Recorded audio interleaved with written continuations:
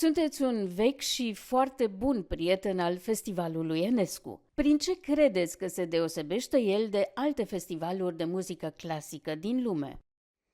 Well, it is one of the major festivals in the world, and certainly the scope of it and the variety of music and variety of artists is really impressive, I must say.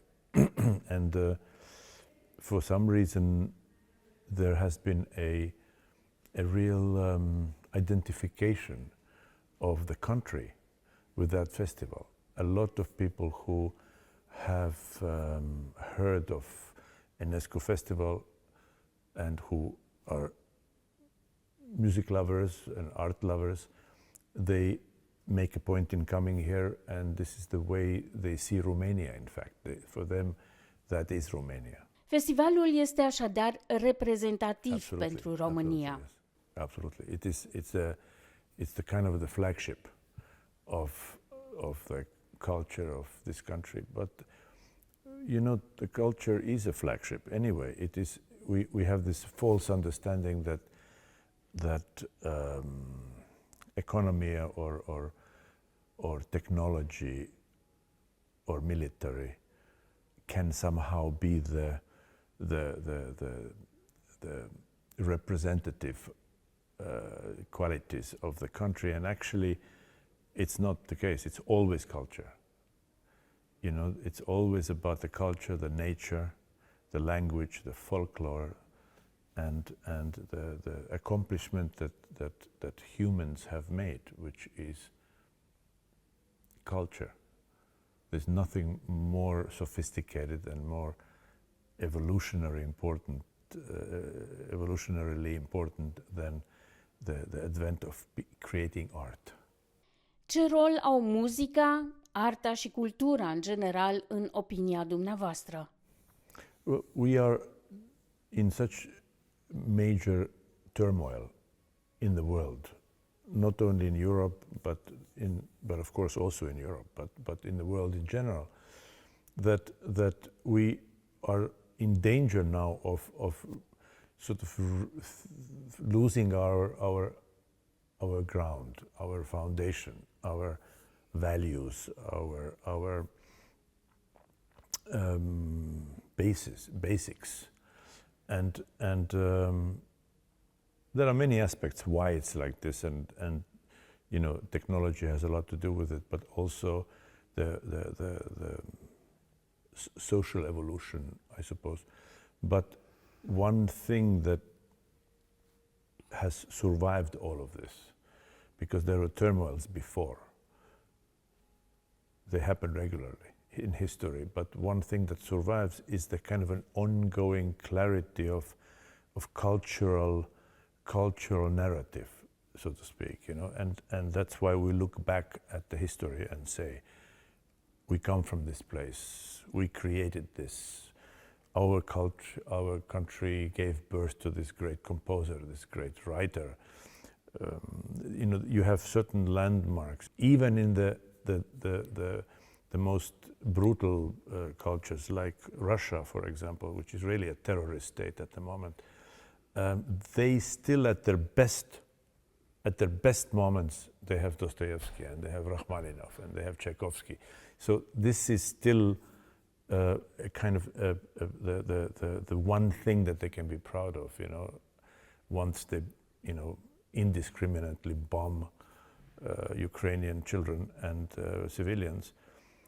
So the thing is that we have only culture. That's the only thing worth defending, really, because when that's gone, everything's gone. Deci dacă am investi mai mult în muzică, în cultură, am putea avea o lume mai bună? Well, in principle, yes. One has to put things in a very,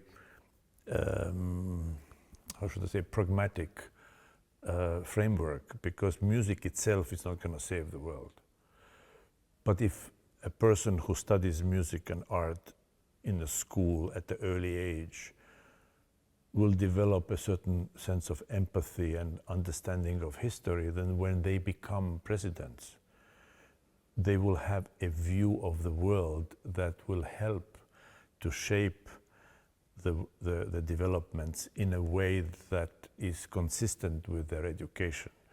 And that's how art changes the world. Not that, you know, a Tchaikovsky symphony today is not going to change the world literally. It's understanding and being able to see the other level of humanity, not only transactional level, which comes with you give me this, I give you this. You protect me, I protect you. That's a mafia. That's a very basic caveman mentality. The larger level of humanity has to do with arts, and arts don't save the world, they create more empathetic people who then have different values, and they choose not to go to war but discuss things. So in that way art can change the world.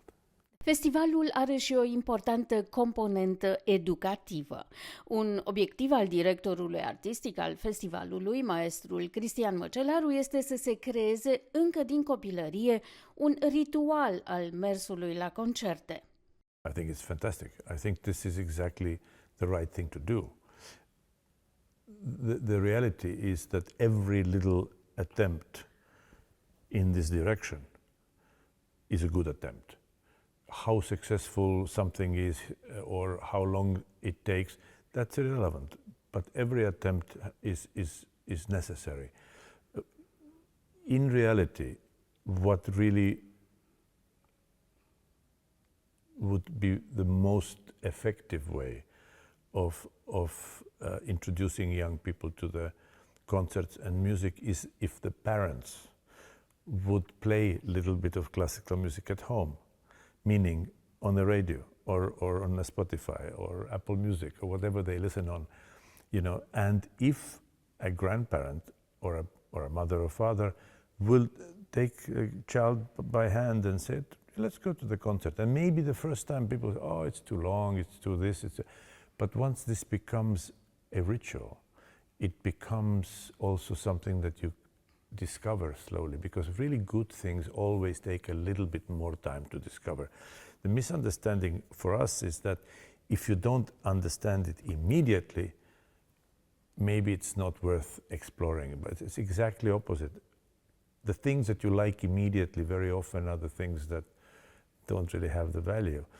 And the things that take a little bit of time end up being maybe the lifelong passions, the things that you will always cherish. And it often, you hear often people say, you know, my grandmother used to take me to the symphony and I didn't like it so much, but now it's just something that I just love and I got to know it.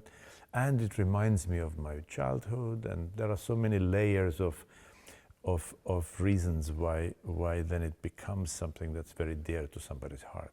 Festivalul îi este dedicat celui mai important compozitor român, George Enescu. Când v-ați întâlnit prima dată cu fascinantul univers enescian? My father is a conductor, my brother is a conductor, my father's brother was a conductor, so we come from a long line of conductors. And in our world, Enescu was a very well-known composer because my father was also a record collector. And he had the most eclectic collection of music, and he mostly liked to collect things that are not maybe the most standard great composers, let's say Beethoven or Brahms or Haydn. We had also that, but many composers of other cultures and maybe lesser known ones. And I remember being a very young kid when my father played on the record a